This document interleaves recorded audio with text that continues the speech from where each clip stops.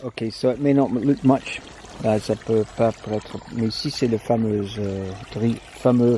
Drier, le cours d'eau, qui divise en fait Saint-Herblain et Cuéron. Ici le petit sentier qui allonge l'arrière-champ. Ça c'est... Et le fameux troisième champ aussi contesté récemment. Et ici, sera bientôt une culture, c'est intitulé le potimarron de Cuéron en plein respect de la lisière. Et surtout le projet était pour défendre ces petits sentiers du tracteur. Et c'est en sorte un miroir de cet dispositif avec la bâche qui a été toujours fait depuis longue date. Et normalement, c'est pousser le potimarron, c'est fin mai. Tu insères deux graines, deux bonnes graines jolies dans chaque trou.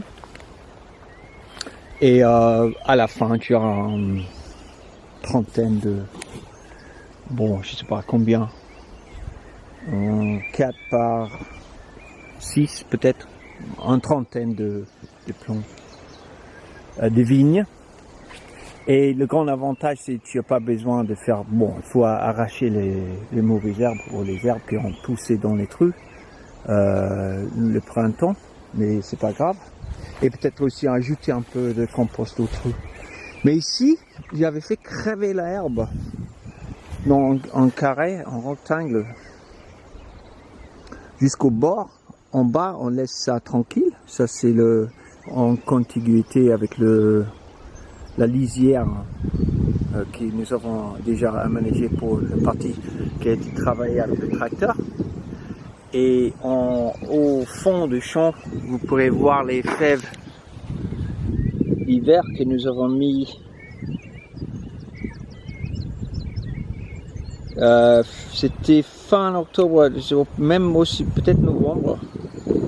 Voilà, ça c'est les fèves qui sont maintenant très jolies et très bien.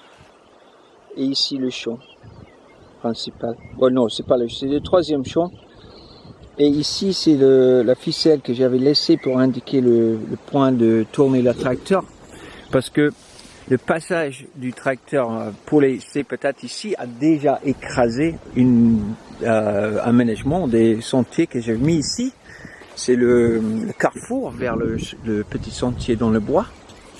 Là tu vois l'entrée où j'avais creusé les ronces l'hiver. On peut faire un petit. Et ici, en fait, j'avais fait pas mal d'efforts de abattre la terre un peu afin qu'il ne prenne pas trop l'herbe.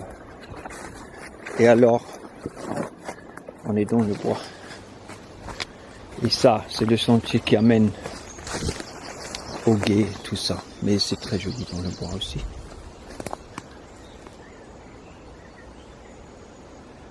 Et si il n'y a pas d'homme, et c'était pas cultivé depuis des milliers d'années ici, c'est en fait un peu ici que la Loire Atlantique ressemblera naturellement, avec des arbres, beaucoup de ronces et des espèces qui aiment bien l'ombrage, d'être ombragées.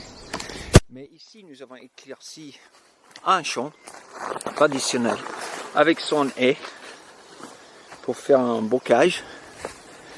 Et entre le bocage, dans cette parcelle ici, depuis longue date, il a été cultivé avec des grandes cultures maraîchères, par exemple des haricots, les pommes de terre. Donc voilà, maintenant je vais bosser ça à la main, pas avec le tracteur.